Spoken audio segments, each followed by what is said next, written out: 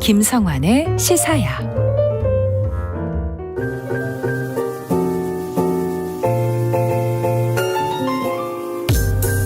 흥미로운 미술 세계로 안내해드리는 시간이죠. 미술여행 가이드. 오늘 역시 오픈갤러리 홍지혜 디렉터 함께하겠습니다. 안녕하세요. 네, 안녕하세요. 오늘 집과 관련되어 있는 얘기 해주신다고요? 네, 지난달에요. 배우 안젤리나 졸리가 뉴욕 소호 근처에서 3층 규모의 건물을 8년간 사용하겠다는 임대 계약을 체결을 했는데요. 네. 이 건물이 바로 장 미셸 바스키아가 사망하기 전까지 사용했던 건물이라서 화제가 되고 있습니다. 장 미셸 바스키아라고 하면 그래피티로 되게 유명한 예술가 네, 아니에요? 맞아요. 네. 젊은 친구들이 요즘 너무 좋아하죠. 네. 거리의 예술가라고도 불리는데요. 그런 바스키아가 사망하기 전까지 살았던 건물이 사실은 건물 주인은 앤디 워홀이기도 했어요. 네. 워홀요? 굉장한 스토리를 가진 네. 아파트죠. 건물의 히스토리를 좀 알려드리자면요. 원래는 1904년에 지은 오래된 건물이에요. 근데 그거를 1970년에 워홀이 매입을 합니다. 네. 그런데 워홀과 바스키아는 굉장히 친하게 지냈거든요. 그 후에 1983년에 바스키아가 여기 2층에 새를 들어와요. 그래서 죽기 전까지 살았는데요. 이때가 바스키아가 23살. 거리의 예술가에서 이제 스타 잡다로 이렇게 유명해졌을 그럴 무렵인데 처음으로 거리가 아니라 진지하게 작업하고 거주할 공간을 찾은 곳이 이곳이었거든요. 안타깝게도 바스키아는 사실 5년 뒤에 28살이라는 이른 나이로 생을 마감하기는 했지만요. 이 5년이 짧기는 해도 바스키아의 그 작품 세계, 네. 작품 생년 그 주기로 따지면 10여 년 정도의 5년인 셈이라서 사실은 바스키아 삶 중에서는 꽤 큰 비중을 차지했던 그런 건물인 거죠. 왜 이렇게 천재는 빨리 가는지 모르겠어요. 그러게요. 또 안젤리나 졸리가 인수하기 전에 이 건물이 어떻게 사용됐던 거예요? 가장 최근까지는요. 고급 일식 레스토랑이 입점을 해 있었어요. 예. 이게 시장에 나온 게 작년 11월인데 예. 그 사이에 졸리가 6개월간 여러 번 직접 방문을 했다고 하더라고요. 그리고 거래가 이제 성사가 얼마 전에 된 것이 기사가 났는데 네. 다들 규모나 월세 좀 궁금해 하시더라고요. 아무래도 비쌀 거야 이렇게 생각하실 것 그러니까요. 같아요. 뉴욕의 이스트빌리지와 소호 사이에 총 6,600제곱피트, 우리나라로 따지면 이제 180평 정도. 아주 넓진 않네요. 그렇죠. 네. 네. 그리고 월 6만 달러. 그러니까 월 한 7,500에서 8천만 원 사이라고 하는데요. 임대료가요? 네. 엄청나게 비싸네요. 워낙 뉴욕이 또 비싸지 않습니까? 네. 네, 그래도 생각보다는 좀 저렴하거나 좀 작거나 이럴 수도 있겠다라고 생각을 했는데요. 여기가요, 높은 천장과 채광이 매력적인 그 개방형 로프트 형태의 건물이에요. 근데 건물 외벽에는 그 바스키아가 친구와 결성했던 그래피티 그룹의 손길로 완성된 벽화도 있고요. 네. 그리고 2016년에는 이제 시에서 여기에 바스키아 명판도 설치를 했어요. 바스키아가 살았다라고 하면서. 그걸 모두 갖는 거예요? 건물 사면? 네. 근데 건물을 졸리가 이제 산 거는 아니고 이제 네. 8년간 임대를 한 거기는 임대를. 한데요. 어쨌든 건물 외관은 그대로 유지하면서 내부 공간만 탈바꿈할 예정이라고 합니다. 그럼 그냥 사지. 아마 안 살만- 팔지 않으셨을까요? 네. 그럴 수도 있겠네요. 여기서 네. 무엇을 하려나 궁금하실 텐데요. 안젤리나 졸리는 여기에 아텔리에 졸리라고 하는 학교를 운영할 예정이라고 해요. 네. 충분한 일거리를 얻지 못하는 재단사나 예술가들을 위한 학교라고 하는데요. 그러고 보면은 젊고 재능 있지만 차별과 편견에 좀 이렇게 저항했던 그런 바스키아가 처음이자 마지막으로 정착했던 공간이라는 점에서 아마 그 에너지를 이어받고 싶지 않았나 하는 생각이 아무래도 듭니다. 흑인이기도 하고 미국 사회가 네, 맞아요. 그 당시에는 심하니까요. 특히 요즘은 많이 좋아졌지만 그때는 아니, 정말 요즘도 뭐 여전하다는 얘기 많이 나오니까. 네, 그러니까 그런 부분들에 관해서 맞아요. 표현했던 예술가이기도 했었고 그래서 네. 어찌 보면 지금도 더 뒤늦게 많은 분들이 주목하지 않나 이런 생각이 맞아요. 드는데요. 사실 그 금액이면은 다른 곳에 더 넓은 이제 그런 건물을 임대를 할 수도 있었을 텐데 굳이 이곳에 이제 임대를 한 이유는 아마도 그런 정신성 이런 걸 좀 중요하게 생각하지 않았나 하는데요. 네. 그래서 제가 오늘 가져온 주제는 집입니다. 집. 예술가의 집이라는 것이 예술가의 예술가의 집. 작은 세상이잖아요. 그렇죠. 네, 그래서 예술가들의 집은 보통 추후에는 미술관이나 유적지처럼 보존이 되고는 하는데요. 그렇죠. 그 중에서는 재밌는 스토리가 있는 집 이야기 탑3를 한번 뽑아봤어요. 그래요? 네, 일명 비싼 집, 예쁜 집, 섬뜩한 집 이렇게 꼭 뽑아봤습니다. 궁금한데요. 비싼 집, 예쁜 집, 섬뜩한 집 중에서 어떤 거를 먼저 소개해 주시지? 제가 맞춰볼까요? 차례대로. 예쁜 집은 아닐까요? 예쁜 집 대신에 비싼 집이 사실 궁금하실 것 같아요. 비싼 집 좋아하시는군요. 네. 우선 비싼 집 이야기를 먼저 해보겠습니다. 네. 사실 좋은 집, 비싼 집에 살고 있는 작가들 너무 많습니다. 그런데요, 오늘은 순전히 재능 하나로 빠르게 건물주가 되었던 작가 이야기를 하려고 하는데요. 네. 그 주인공은 바로 렘브란트입니다. 렘브란트요? 네. 렘브란트가 건물주라니 되게 매칭이 안 되시죠? 그리고 렘브란트는 말년이 그렇게 안 좋았던 작가로 알고 맞습니다. 있는데. 근데 그 비싼 집을 샀다고요? 네, 이야기를 해드릴게요. 네. 렘브란트가요, 독보적인 빛을 강조한 초상화로 유명하잖아요. 그렇죠. 자기 초상화도 엄청나게 많이 네, 그렸으니까. 그가 활동했던 시기에는 카메라가 통용되지 않았기 때문에 독보적인 그에게는 고가의 초상화 주문이 물밀듯이 쏟아졌습니다. 그가 그려주는 초상화가 한 점에 500길더였다고 하는데요. 네. 당시 암스테르담, 그러니까 렘브란트가 네덜란드 출신이거든요. 그렇죠. 암스테르담의 평균 집값이 1200길더였다고 해요. 와. 그러니까 초상화를 두세 점 그리면 집을 한 채 살 수 있을 정도였죠. 사실 모든 초상화가 그랬던 건 아니고요. 예. 다른 작가들의 초상화는 한 100길더 정도였는데 렘브란트한테 의뢰를 하면 500길더인 거예요. 5배를 더 줘야 된다. 네. 근데도 물밀듯이 저도 렘브란트에게 맡기고 싶어요. 이렇게 하다 보니까 그야말로 고액 연봉자였다고 하는데요. 네. 그래서 말년은 그렇게 알고 계시지만 사실은 젊었을 때 33살에 젊은 나이에 네덜란드 암스테르담의 신흥 부촌에 4층짜리 대저택까지 소유하게 됩니다. 네. 지상 3층, 지하 1층의 이 건물의 당시 가격은 13,000길더. 그러니까 당시 집값이 1200이라 그랬잖아요. 네. 그러니까 굉장히 비싼 한 건물이었던 10배 거죠. 정도 비싼 초호화 거군요. 주택 같은 이제 그러네요. 건물주였는데요. 예. 렘브란트가 이곳에서 50대 중반까지 이제 21년간 살았습니다. 근데 렘브란트는 60대 중반까지 살았거든요. 예. 그러니까 생존에 있었거든요. 예. 왜 이 집에는 50대 중반까지만 살았을까요? 돈이 모자라니까. 그러니까 말년이 예, 안 좋았으니까. 안 좋은 걸 알고 계시니까 네. 딱 그 정답을 맞히셨네요. 그 이유는 바로 파산을 했기 때문입니다. 그 많은 돈 다 어째고. 그러니까요. 사실 렘브란트는 바로크 시대를 대표하는 예술가로 우리에게 남아있지만 말씀하신 것처럼 사실은 말년이 좋지 않았고 예. 모두에게 잊혀진 작가였거든요. 그러다가 이렇게 세계에 알려지게 된 것은 19세기 낭만주의 작가들에 의해서이고요. 그 이후에 20세기에 이제 네덜란드 정부가 1968년에 렘브란트 조사 계획이라는 프로젝트를 진행을 합니다. 네. 그래서 그의 그림으로 알려진 모든 작품을 대상으로 이제 진위를 검토하고 렘브란트 회화 전집이라는 보고서를 발표를 하는데요. 다시 말해서 국가가 생각하기에 이 작가는 잊혀지면 안 되는 거야라고 하면서 이제 국가에서 자금을 들여서 이렇게 연구를 하고 보고서를 만들어서 어떻게 보면 이제 수면 위로 끄집어낸 거죠. 아니면은 전 제 생각은 그래요.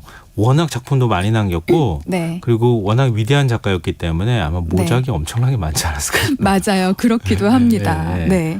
그러면서 렘브란트 삶이 이제 재조명돼서 우리는 이렇게 알고 있었던 건데요. 네. 사실은 말년은 매우 좀 비참했고 장례식도 초라했다고 하죠. 렘브란트의 이런 그래도 이제 정부가 나설 만큼의 위대함은 바로 빛과 어둠의 화가라는 그의 별명에 있는데요. 네. 동시대의 다른 화가랑은 비교가 불가할 정도로 색과 묘사와 빛의 표현이 남달랐습니다. 빛을 한 곳에서만 준 듯한 조명이 이제 맞아요. 유화에 적용이 돼 있는데요. 네. 우리는 굉장히 익숙한 조명이에요. 이를테면 프로필 사진을 찍으러 가거나 뭐 증명 사진을 찍으러 가도 이렇게 한쪽에서 조명을 쳐서 네. 그러니까 얼굴의 45도 각도 위에서 하게 되면 한쪽은 얼굴이 밝고 한쪽은 예. 어둡게 되면서 굉장히 입체적이잖아요. 예. 그게 익숙하지만 그 당시 초상화에서는 렘브란트가 고안한 이 조명법인 거죠. 그래서 그거를 사진씬에서는 렘브란트 조명이라고 부르기까지 하거든요. 그렇군요. 네. 그래서 어쨌든 이렇게 당대에도 후대에도 그의 가장 위대한 이제 업적은 조명이 독특한 그런 초상화인데요. 왜 파산을 했는가? 하면은 사실은 두 가지 이유를 뽑을 수가 있습니다. 네. 하나는 투자를 잘못했다고 하고요. 네. 또 하나는요. 인생의 최고의 작품으로 알려진 더 나이트 워치라는 작품이 있어요. 네. 예전에는 야경이라고 번역이 네. 됐고 요즘에는 야간 순찰로 번역을 하고 있는데 이 작품 때문에 이제 파산을 했다고 볼 수가 있죠. 근데 전 직접 볼 기회가 있었는데 그림이 정말요? 너무 커서 네. 깜짝 놀랐어요. 너무 부럽습니다. 그걸 실제로 보시다니. 그러니까 백열등을 앞에서 그 아까 레므란트 조명 각도 있잖아요. 네네. 그렇게 이렇게 딱 켜놓은 것 같은. 네. 지금도 굉장히 수백 년이 지났지만 그 네. 그림색이 그대로 살아있는 거에 대해서 깜짝 놀란 네, 기억이 평면이지만 있는데요. 깊이감이 확 느껴지는 맞아요. 그런 작품이죠. 예, 근데 그 그림 때문에 파산을 했다니요. 이게 네. 무슨 말씀이세요? 그러니까요. 이해가 안 가시죠? 심지어 이 작품은 네덜란드 국립미술관에 걸려 있을 정도로 렘브란트에게는 중요한 대작인데요. 당시에는 혹평을 받았습니다. 이 작품은 여러 명이 등장하는 집단 초상화인데요. 예. 그 프란스 반닌코크 대장과 민병대를 그린 그림이에요. 그러니까 민병대가 자체적으로 모여서 나라를 지키는 이제 그런 게 조직인데 네. 야간 순찰을 하는 장면인데요. 등장인물 모두가 말씀하신 것처럼 살아 숨쉬는 듯 그런 극적으로 그려진 그런 작품이거든요. 네네. 당시에 그려진 다른 민병대 작품들도 꽤 있는데 비교를 해보면 다 너무 단조로운데 이 작품만은 화면의 구성이나 인물의 동작들이 어느 하나 손색이 없을 정도로 이제 예술성이 높아요. 자연스럽고. 예. 그런데 문제는요. 이 작품을 민병대가 직접 의뢰를 했거든요. 예. 총 16명이요. 100길더씩 모아서 의뢰를 한 1600길더짜리 대작이에요. 네, 생각을 해보세요. 집 한 채 값보다 더 비싼 돈을 주고 그린 거네요. 네. 아주 비싼 돈을 들여서 네. 16명이 차곡차곡 이렇게 각각 십시일반 모았어요. 예. 그러면서 의뢰한 작품에 자신이 어떻게 그려지길 바랬을까요? 당연히 멋지게 그려지길 바랬겠죠. 네, 근데 우리가 볼 때는 지금 막 이런 누군가는 깃발을 들고 누군가는 막 앞장서고 이런 것이 전체적으로 너무나 조화롭고 멋지지만 네. 예. 한 명 한 명 본인의 얼굴과 그 늠름한 모습이 예. 다 잘 표현돼 있진 않잖아요. 뒤에 있는 인물은 조금 더 이제 조명에 의려서 어둡게 느껴지기도 하고 왜 누구만 센터에 있어? 왜 나는 가장자리에 있는가? 똑같이 허리에다 손을 쥐고 됐는데. 이렇게 다리 약간 이렇게 뭐랄까 한쪽 다리만 내밀고 있거나 그러니까요. 그렇게 앞쪽에서 그렇게 조명을 받는 사람은 굉장히 기분이 좋겠지만 그러니까요. 뒤쪽으로 들어간 사람은 그렇지 않았을 거라는 거 아니에요? 네, 맞아요. 그래서 당시에 민병대들이 의뢰해서 그린 그림들을 보면요. 다 얼굴이 정면을 보고 있어요. 그러니까 이게 어색하고 경직돼 보이겠죠. 네네. 하지만 그들은 그게 만족스러웠던 거죠. 본인의 얼굴이 정확하게 나와 있는. 그렇죠. 근데 렘브란트의 그림은 얼굴이 뒤쪽에 있는 사람은 너무 작고 어둡게 그려져서 누군지 알아볼 수도 없을 것 같으니까 이게 동작이 멋있건 화면의 구성이 어쨌건 불만스러운 거예요. 내가 앞에 갔어야 하고 나를 뽀샵해줘도 모자랄 판인데 지금 이렇게 어둡게 그리면 되느냐. 그러게요. 그 당시에도 센터 욕심은 다들 있었던 것 같습니다. 결국은 그렇게 되는 거 아니에요. 돈 못 내? 뭐 이렇게 되는 네, 거잖아요. 그래서 민병대로부터 악평을 받았는데 이게 사회적으로 영향력이 있는 사람들이었거든요. 민병대가. 그쵸. 그러니까 평론가들도 그의 작품을 비난을 하게 되는데요. 여기서 끝나지 않고 렘브란트가요. 평론가들을 조롱하는 그림을 그립니다. 어떤 그러니까 드로잉을 하나를 그리는데 평론가 앞에 화가들이 다 이렇게 모여서 그의 이 말을 경청을 하고 있는 거예요. 드로잉에. 네. 근데 단 한 명의 인물이 거기에서 그러니까 야외인데 네. 볼일을 보고 있어요. 네. 변을 보고 있는데 예. 정말 조롱하는 거죠. 평론가에게 다들 집중하고 아첨을 하는데 한 명이 변을 보고 있는 그 사람은 바로 아마 렘브란트 본인이겠죠. 아, 모욕을 준 거네요. 네, 어떻겠어요. 이제 평론가들도 이제 다시는 그의 작품을 이제 호평하지 않게 되죠. 이후에 렘브란트는요, 그 이후 명성이 나락으로 떨어져서 더 이상 그림을 그려서 재기할 수 없는 상황이 되었고 투자까지 잘못되어 이제 파산 신청을 하게 된 겁니다. 그 인생 말년에 그린 자화상 보면 네. 이렇게 술 하도 많이 먹어가지고 코가 뭉툭해져가지고 맞아요. 머리도 다 숱도 빠지고 네, 초라한 네, 모습이죠. 그런 모습. 저도 그거 보고 깜짝 놀랐어요. 네. 그러니까 굉장히 젊은 시절에는 멋지거든요. 네. 근데 젊은 시절에 이렇게나 잘 나가는 네. 그런 작가였을 줄 또 모르셨겠죠. 그러면은 지금 그렇게 비싼 돈을 들여서 사들인 호화주택 네. 뭘로 쓰고 있습니까? 렘브란트가 19세기에 재조명됐다고 했잖아요. 네. 1911년 이후로 그 건물은 렘브란트 박물관으로 지금까지 일반인에게 공개되고 있습니다. 지금도 그곳에 가면요. 렘브란트 작품과 유품을 볼 수가 있는데요. 네. 암스테르담 혹시 가게 되시는 분들은 오늘의 스토리 기억하셨다가 같이 간 동행자분들한테 해주시면 더 재밌게 여행하실 수 있을 것 같아요. 그러니까 아무리 좋은 그림을 봐도요. 네. 다 이해하지 못하면 네. 그림을 제대로 못 보게 되더라고요. 네, 그렇죠. 그러니까 그래서 이런 시간이 굉장히 중요한 것 같아요. 네, 그리고 또 이렇게 뒷얘기가 재밌지 않겠습니까? 네, 맞습니다. 네. 그러면 네. 비싼 집 얘기해 주셨고요. 그다음에 네. 예쁜 집. 네, 예쁜 집은 사실 정말 너무 많아서 어떤 집을 고를까 고민을 많이 했는데요. 네. 사진보다는 직접 봐야 더 예쁜 집. 바로 인상주의의 화가 클로드 모네의 지베르니 정원을 꼽아봤습니다. 아하. 혹시 여기도 가보셨을까요? 고맙습니다. 제가 어떻게 세상 모든 곳에 갈 수 있겠어요. 오히려 그림은 봤어요. 수련 연못은. 오히려 그 야경 작품 보는 것보다 여기 가는 게 더 저는 이제 접근성이 더 좋다고 생각을 했거든요. 아, 그러셨어요? 네, 왜냐하면 이제 파리에서 1시간 정도 떨어진 지베르니라는 지역에 있고, 네. 그래서 이렇게 클로드 모네가 40대 중반부터 사망하기까지 40년의 여생을 보냈던 곳인데요. 그러니까 워낙 유명한 곳이라서 좀 시시하지 않을까 했는데 여기 뒤에 또 숨겨진 스토리가 재밌는 이야기가 있어요. 어떤 게요? 네, 모네는요 렘브란트와는 반대로 생활고를 심하게 겪은 작가에 더 가까운데요. 네. 그래서 처음에는 지베르니에 여기에 이제 정착을 하겠다고 했을 때 네. 주민들이 되게 탐탁지 않았다고 해요. 왜요? 주변에서 보기에 그 모네가 굉장히 이상해 보였거든요. 왜냐하면 당시 모네는 결혼을 하지 않은 채로 아이를 8명이나 데리고 있었기 때문에 뭐 유명하지도 않은 작가가 아이를 8명이나 데리고 월세나 제대로 낼 수 있을까? 막 이렇게 걱정을 했다고 해요. 예.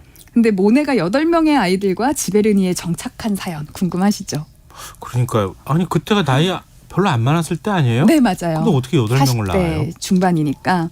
모네는요, 까미유라고 하는 여인과 결혼을 해서 2 아이를 낳았는데요. 네. 아니, 사실 결혼을 못했어요. 까미유가 당시에 모델이었는데 집안에서 반대를 해서 공식적으로는 결혼을 하지 못하고 일종의 사실혼 관계라고 해야 되나? 네. 아이를 낳고 같이 살고 있었는데요. 당시 모네는 그림만 그려서는 돈벌이도 제대로 못하던 때였고 다행히 이런 모네를 후원하던 사업가 에르네스트라는 사람이 있었습니다. 예. 당시 파리의 백화점을 몇 개 운영하고 있던 사업가인데요. 예. 어느 날 파산을 하고 벨기에로 도피를 하게 돼요. 이 이 사람이. 사업가가. 예. 그러면서 아내 알리스와 6 아이를 남기고 갑니다. 예. 물론 이렇게 남겨두고 간 게 모네와 상관은 사실은 없는데요. 예. 그동안 에르네스트의 도움을 받았던 모네는 이를 모른 척할 수가 없어서 알리스와 6 자녀들을 모두 자신의 집으로 걷어들이게 되고요. 예. 또 재밌는 거는 알리스가 먼 훗날 모네의 2번째 부인이 되기도 예? 합니다. 갑자기 드라마 그러게요. 1일 드라마를 보는 빠른 전개가 이제 이뤄지는데요. 네. 어쨌든 이제 그거는 사이드로 빼고 네. 이렇게 대가족이 된 모네의 일가족은요. 파리에서 벗어나서 좀 더 넓은 정원이 딸린 저택으로 이사를 하게 됐는데 네. 거기로 꼽은 데가 이제 지베르니인 거예요. 파리의 외곽이죠. 1시간 정도 거리, 한 70km 정도. 연못 있는 풍경에. 네, 맞아요. 예. 원래는 그 연못이 없었고요. 후에 대지를 더 구매한 다음에 연못을 나중에 만든 것이, 그러니까 그 당시에는 돈이 많이 없었잖아요. 네. 집 먼저 사고 그랬는데 점점 더 모네가 유명해지면서 이제 그 연못을 만든 건데요.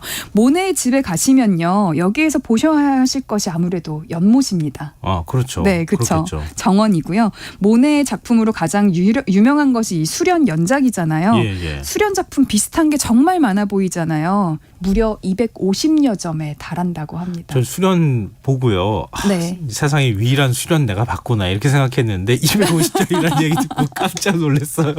수련이 그렇죠. 너무 많아요. 맞아요. 전 세계 미술관에 수련이 다 퍼져 있어요. 보니까. 맞습니다. 근데 우리는 왜 그 얘기를 못 들었을까? 학교 다니면서 그런 스토리 들었으면 훨씬 미술을 재밌게 배웠을 텐데. 그러니까요. 저도 그랬어요. 처음에 제가 이제 모마에 가서 이 수련을 처음 봤을 때 네. 와, 내가 드디어 수련을 보다니 했는데 200점이 넘게 있다고 하니까 물론 이제 대작이나 좀 더 유명한 작품들이 유명 미술관에 있긴 다른 하지만요. 거죠. 네. 그러니까 어떤 건 굉장히 색도 어둑칙칙하고 막 맞아요. 그렇던데 어떤 건 또 굉장히 이쁘고. 네, 왜 그러냐면 말년으로 갈수록 모네가 백내장에 걸리거든요. 근데 당시에는 백내장 수술이 유명하지 않았기 때문에 네네. 끝까지 가면서 이제 시력 저하가 되고 동일한 다리, 이제 그 연못에 녹색의 일본식 다리가 유명하게 네네. 있거든요. 예. 참고로 거기가 이제 포토스팟인 거죠. 유명한. 근데 그 작품을 그 다리를 그린 작품이 말씀처럼 굉장히 화사한 것도 있고 불구죽죽하게 굉장히 어둡고 거칠게 맞아. 그린 것이 이제 말년에 백내장을 겪고 나서 그린 그림입니다. 어쨌든 이러한 이제 스토리가 있으니까요. 한번 그 연못에 수증기가 일렁이는 것만 멍하니 보아도 이제 하루 종일 있을 수 있는 이 정원 한번 프랑스 가시는 분들 들러보시기를 추천드립니다. 네. 근데 일본 판화를 굉장히 좋아했다고 해서 네. 그렇죠. 그래서 다리도 맞아요. 일본식으로 만들고 그랬으니까 맞습니다. 그런 연결성도 생각해 보시면은 또 흥미롭지 않을까 싶고요. 네. 자, 그럼 세 번째 섬뜩한 집은 어떤 겁니까? 네, 바로 프란시스코 고야가 그 주인공인데요. 네. 고야. 이름 들어보신 적은 있으시죠? 어디인가요? 많은 분들이 고야. 아시겠죠. 우리 학교 다니면서도 배우고 그러지 않았나요? 그림도 기억나는 거 있으세요? 뜯어먹는 무서운 그래도 장면. 기억을 잘 하고 네. 계시네요. 많이들 고야라는 이름은 들어봤지만 그림이 뭔지는 잘 모르겠어요. 이런 분들이 많더라고요. 이제 그 이유 중에 하나가 고야는 원래는 궁정화가로 예전에는 굉장히 밝은 그림을 그렸다가 전쟁 이후에는 어두운 그림을 그리는데요.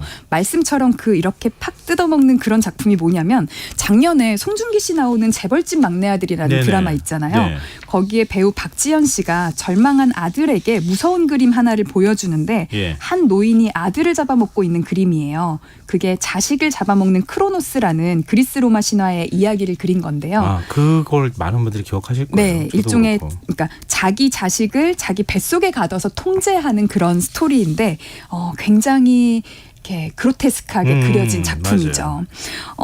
고야는 스페인의 궁정화가였던 만큼 그림을 정말 잘 그렸고요. 네. 왕족들을 그 전에는 화사하게 화려하게 그리다가 1808년에 발발한 반도 전쟁의 참상을 겪으면서 그때부터 주제와 색조 모두 급격하게 어두워집니다.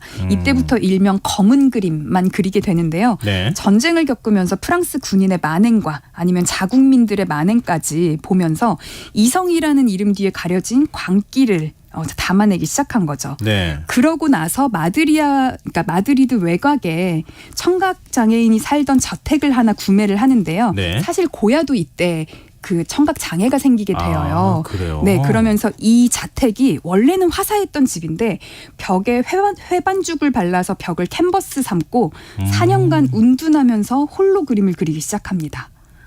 귀도 들리지 않는 적막함 속에서 예. 노인이 된 화가가 4년간 검은 그림만 계속 그린다.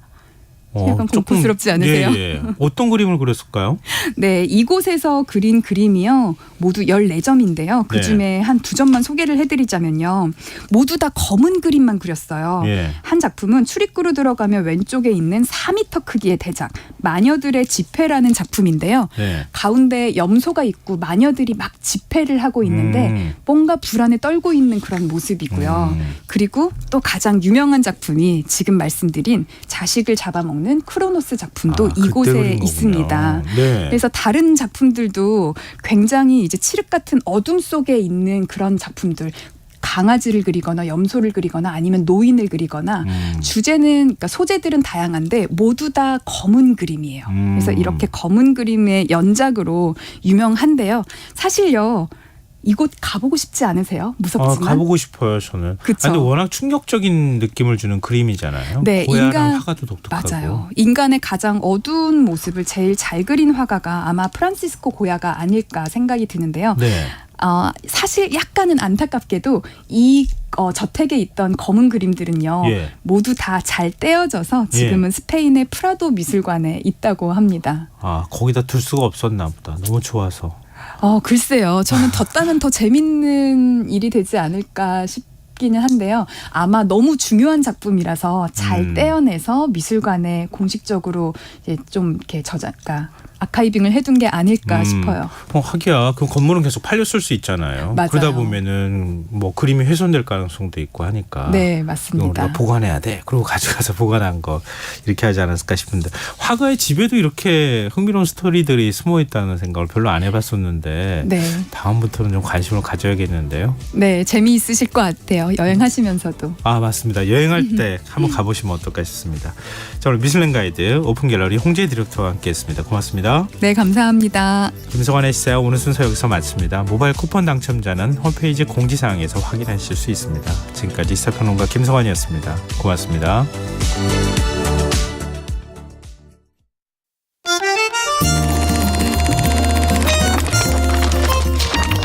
강유정의 영화관, 정여울의 도서관.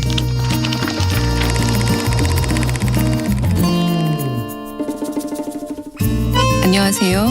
무심히 지나쳤던 영화를 돌아보며 삶의 마디를 짚어보는 평론가 강유정의 영화관입니다. 오늘은 데미안 셔젤 감독의 2016년작 라라랜드와 함께 하겠습니다.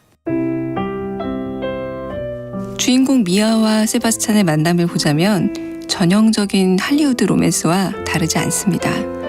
두 사람은 우연히 만나 서로를 오해하고 갈등과 충돌을 겪다가 사랑에 빠집니다. 하지만 이 뻔한 과정이 아름다운 무대 미술, 창의적인 뮤지컬 음악과 어울려 현대의 고전으로 재해석되고 있습니다. 두 사람의 만남은 겨울에 시작해 봄, 여름, 가을을 거쳐 다시 겨울에 끝납니다. 사랑에 빠지는 가슴 뛰는 두근두근한 로맨스는 주로 봄을 배경으로 이뤄지는데요. 특히 파티에서 우연히 만난 두 사람이 주차된 차량을 찾아가는 동안에 탭댄스 장면이 가장 유려합니다. 주차된 장소를 모른 채 헤매는 바람에 두 사람은 언덕길을 오래 걸으며 반짝이는 시내를 내려보게 되는데요. 말로는 시시하다 했지만 사실 무척이나 아름다웠죠. 미아와 세바스찬은 그렇게 반어법으로 서로를 탐색하며 점차 가까워집니다. 라라랜드라는 제목답게 로스앤젤레스라는 도시에 대해 깊은 사랑을 고백하고 있습니다. 두 사람이 처음 만나게 되는 프랭클린 애비뉴도 그렇지만 탭댄스를 추었던 캐시스 코너, 두 사람이 처음으로 손을 잡았던 리알토 극장, 마침내 사랑을 확인한 그리피스 천문대, 시티 오브 스타라는 노래를 읊조리며 세바스찬이 걸어가는 허머사 비치 피어. 미국의 대중문화에는 이처럼 도시에 대한 사랑을 표현한 작품들이 참 많은데요. 제이지의 엠파이어 스테이트 오브 마인드라는 노래엔 꿈이 있는 콘크리트 정글 뉴욕이라는 가사가 있고, 알란 파커 감독의 영화 페임은 뉴욕 예술고를 배경으로 젊은이들의 꿈과 열정을 담아내기도 했습니다. 콘크리트 정글이라는 표현처럼